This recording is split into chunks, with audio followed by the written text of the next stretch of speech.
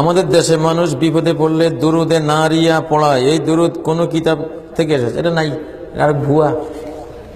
বিপদে পড়লে দোয়া ইউনুস নিজে পড়বেন, লা ইলাহা ইল্লা আনতা সুবহানাকা ইন্নী কুনতু মিনাজ জালিমিন।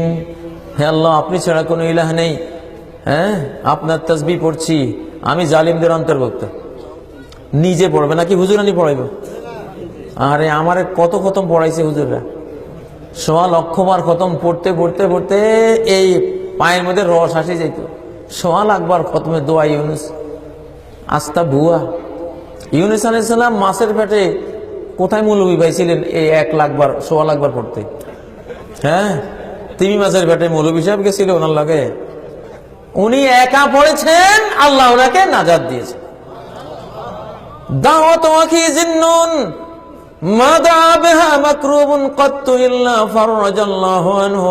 তিরমিজির হাদিস, আল্লাহর নবী বলেন, আমার ভাই ইউনুসের দোয়া ইউনুস, যে কোনো বিপদগ্রস্ত ব্যক্তি নিজে যদি পড়ে আল্লাহ তার এই বিপদ থেকে বাঁচিয়ে দেবেন। সুবহানাল্লাহ, নিজে পড়লে। ইন্নী কুনতু মিনাজ জালিমিন, আপনি গুনাহ করছেন, বিপদে পড়ছেন, আপনি বলছেন আল্লাহ আমি জালিম, আপনি মাফ করেন, ঠিক না? এখন জালিম শুয়ে রয়েছে ঘরে, আর হুজুর 100 জন আনি পড়াইতে আছে, হুজুররা সবাই কইতে আছে ইন্নী কুনতু মিনাজ জালিম। আমরা হুজুররা জালিম, আর তোরা হুজুররা জালিম হতে যাস কা?